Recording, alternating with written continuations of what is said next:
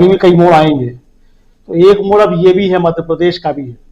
मुझे कि पिछले जो दुर्गम मोड़ थे, जब उन दुर्गम मोड़ों से निकल के यात्रा आई है तो आगे भी दुर्गम मोड़ जो है वो पार हो जाएंगे, ऐसी आशा की जानी चाहिए। मैं आशान्वित हूं कि दुर्गम रास्ते जो है निश्चित तौर पर पार होंगे, और काफी कुछ पहाड़ जो है पीछे जो थे वो पार करते हुए राहुल गांधी आगे बढ़ रहे हैं। अब आगे मरुस्थल भी आएगा निश्चित तौर पे थोड़ा सा, और कटीली झाड़ियां भी आएंगी, मालवा भी आएगा, सब कुछ आएगा। तो वो सब कुछ पार करना है। और इस देश की खूबसूरती ही राजीव जी ये है कि कहीं पत्थर मिलते हैं, कहीं रेत मिलता है, कहीं पानी मिलता है, कहीं दलदल मिलती है, तो सब जगह पार करना पड़ता है। तो मुझे लगता है कि जो अभी तक जो लगभग 1800 किलोमीटर की यात्रा है, उसमें भी काफी कुछ समुद्र का किनारा, फिर पथरीला इलाका, फिर सन स्ट्रोक वाला इलाका, वो सब इलाके भी सब पड़े हैं, सब मिला के वो सब रास्ते पार होंगे। तो आगे भी निश्चित तौर पर ये रास्ता पार होगा। अब जहां तक सवाल ये है कि इसका राजनीति में क्या फायदा होगा, मुझे लगता है कि देखिए, राजनीतिक व्यक्ति हैं राहुल गांधी, राजनीतिक परिवार से आते हैं और राजनीतिक उद्देश्य के लिए ही यात्रा लेके चल रहे हैं। और आज भी जैसे उन्होंने साफ तौर पे कहा कि भाई जब हम क्यों यात्रा निकालना है, इसलिए जब सारे रास्ते बंद हैं, हमारी सारी आवाज बंद कर दी थी, संवैधानिक संस्थाएं नहीं सुन रही, मीडिया नहीं सुन रहा, तो हमारे पास जनता के बीच जाने के अलावा और कोई रास्ता नहीं बचा है, इसलिए हम इस जनता के बीच जा रहे हैं। तो जाहिर सी बात है कि राहुल गांधी जनता के बीच जा रहे हैं, जनता की सुन रहे हैं और अपनी सुना भी रहे हैं। तो अब वो जनता कितना सुनती है और कितना उसको आत्मसात करती है, जाहिर सी बात है कि चुनाव राजनीतिक व्यक्ति तो चुनाव में उसका फायदा लेना चाहेंगे। ऐसा नहीं है कि संत महात्मा हैं और बिल्कुल जो है बिल्कुल आप जो है अपना आश्रम बनाने के लिए कश्मीर तक पहुंचना चाहते हैं और फिर वहीं जाके धूनी रमा के बैठ जाएंगे। जाहिर सी बात है कि जब कश्मीर में यात्रा समाप्त होगी और तिरंगा फहराएंगे, उस पर लौट के जमीन पे फिर आएंगे और फिर जमीन पे वो क्या करते हैं ये देखने वाली चीज होगी। लेकिन जो एक बात राहुल गांधी बार कह रहे हैं, मुझे लगता है कि वो बहुत बड़ी बात हो रही है और अभी उसका निहितार्थ समझने की आवश्यकता है। राहुल गांधी जो एक तरीके से बार बार जो चैलेंज देते हैं कि हमको कोई कश्मीर में जाकर के तिरंगा फहराने से कोई रोक नहीं सकता। अब या तो भारतीय जनता पार्टी जो कुछ भी बातें करे कि ये यात्रा है, वैसी यात्रा है, इसमें ये है, उसमें वो है, लेकिन ये चैलेंज भारतीय जनता पार्टी स्वीकार क्यों नहीं कर रही कि राहुल गांधी को कश्मीर में तिरंगा नहीं फहराने देंगे? स्वीकार करे भारतीय जनता पार्टी इस चैलेंज को जो राहुल गांधी बार बार दे रहे हैं। हर सभा में अपनी राहुल गांधी चैलेंज देते हैं कि हमको कश्मीर में जाकर के तिरंगा फहराने से कोई नहीं रोक सकता। भारतीय जनता पार्टी सारी बातें कर रही है, उसका नहीं हो रही। आज ही गर्ग साहब ने ट्विटर पे शेयर किया है कि जो भारतीय जनता पार्टी का मातृ संस्था है आरएसएस, उसके द्वारा जो संचालित होते हैं सरस्वती शिशु मंदिर, तो वहां एक सरस्वती शिशु मंदिर ने जो है राहुल गांधी की यात्रा के स्वागत के लिए लगाए हुए हैं होर्डिंग्स। तो अब स्वागत किया रही है यात्रा की। अब ज्योतिरादित्य सिंधिया स्वागत कर रहे हैं, उसका कोई भी अर्थ निकाला जाए, लेकिन देखिए ये यात्रा का दबाव ही है कि अमित शाह जो हैं वो इस यात्रा को गंभीरता से ले रहे हैं और एक टीवी चैनल से कह रहे हैं कि अगर कोई आदमी जो है वो जनता के बीच जा रहा है तो मैं उसका स्वागत करता हूं। तो अगर अमित शाह जैसा व्यक्ति जो है वो राहुल गांधी का, जिनको वो राहुल बाबा कहते हैं, उनकी यात्रा का अगर स्वागत कर रहे हैं तो इस यात्रा का दबाव तो है। तो भारतीय जनता पार्टी तो पूरी दबाव में है। अब जनता इस दबाव को कितना ले रही है, ये जरूरी नहीं है कि इन्हीं चुनावों में निकल कर आ जाए। और ये चुनाव से ज्यादा जरूरी जो है, जरूरी ये है कि कांग्रेस चुनाव जीते या ना जीते, लेकिन देश के अंदर चुनाव होते रहने चाहिए। और मुझे लगता है कि ये यात्रा जो इसी के लिए निकल रही है, जो खतरे बार बार उठाए जाते हैं, और जैसे ही भारतीय जनता पार्टी के कई सांसदों के भी पहले बयान आ चुके हैं कि अब जो है वो आखिरी चुनाव हो गया, जो होना था हो गया, अब कोई चुनाव नहीं होंगे। अमित शाह जी ने भी कहा था 25 साल तक इस देश के ऊपर राज करेंगे। तो ये जो 25 साल तक हम देश के ऊपर राज करेंगे और 2047 में देश को विश्वगुरु बनाएंगे और अब चुनाव नहीं होंगे, तो ये खतरे जो हैं, इन खतरों की तरफ जो इशारा है, मुझे लगता है उन खतरों से सचेत करना, संवैधानिक संस्थाओं को उनकी जिम्मेदारी याद दिलाना।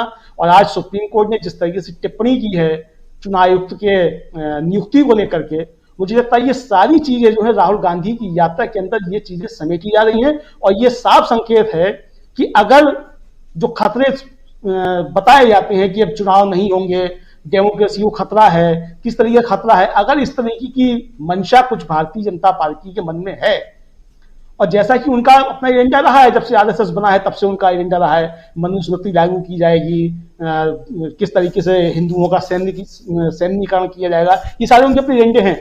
अगर उनके मन में ये कोई भावना है कि अब देश के अंदर डेमोक्रेसी को खत्म करके इस रास्ते पे आगे बढ़ा जाएगा और शी जिनपिंग के रास्ते पे मोदी जी चलेंगे, तो मुझे लगता है कि भारत जो यात्रा जो उस खतरे की तरफ इशारा कर रही है और उस खतरे से निपटने की तैयारी कर रही है। मुझे ऐसा लगता है, मैं इसको चुनावी यात्रा किसी भी हाल में मानने को तैयार नहीं हूं। हालांकि मैं फिर कहूंगा कि राजनीतिक व्यक्ति है, राजनीति करेगा तो चुनाव उसका फायदा देना चाहेगा, लेकिन चुनाव होते रहे ये बहुत ज्यादा जरूरी है। कांग्रेस जीते या हारे, इससे ज्यादा जरूरी चुनाव होते रहे। और कुछ चुनौतियां हैं, इससे तो कोई इनकार नहीं कर सकता। और जब यात्रा शुरू हुई थी चुनौतियां उस समय भी थी, ऐसा नहीं था कि उस समय चुनौतियां नहीं थी।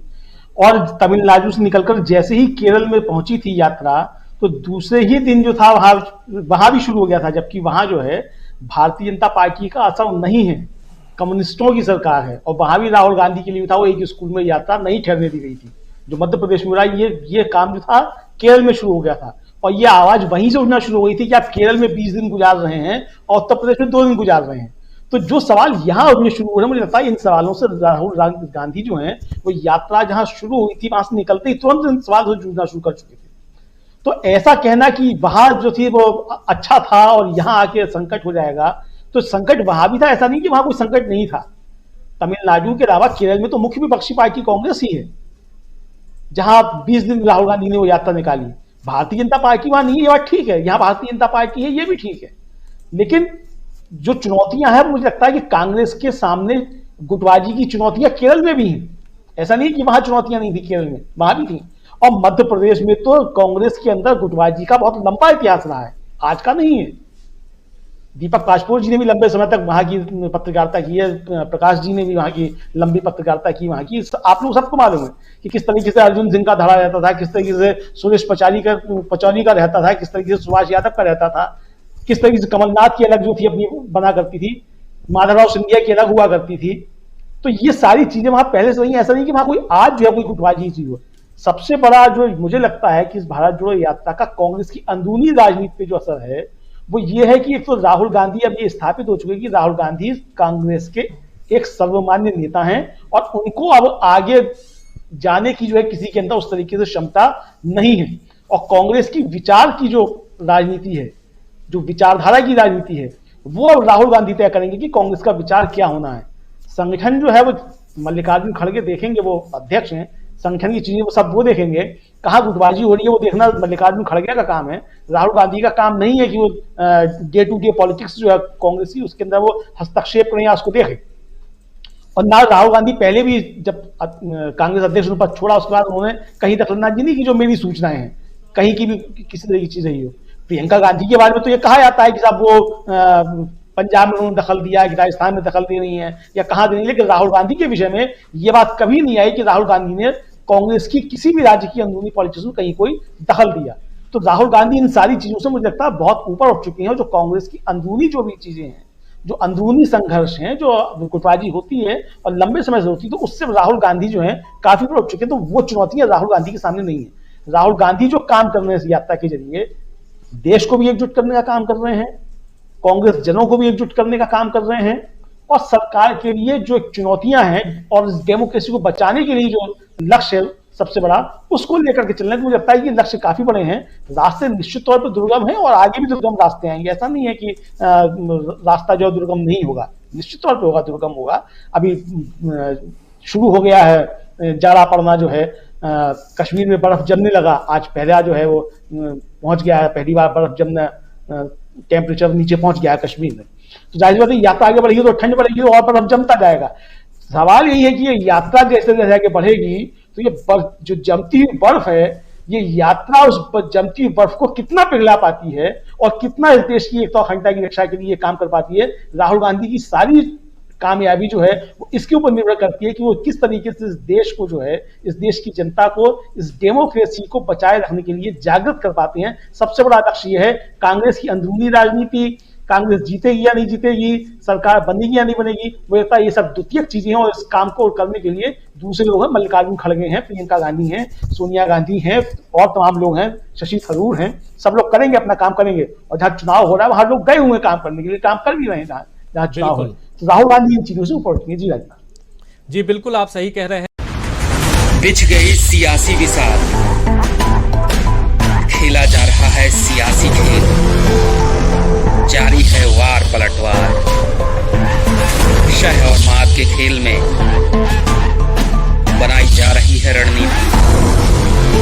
कौन पड़ेगा किस पर भारी, ये कभी भी सिर्फ हस्तक्षेप.com पर अमलेंदु उपाध्याय के साथ।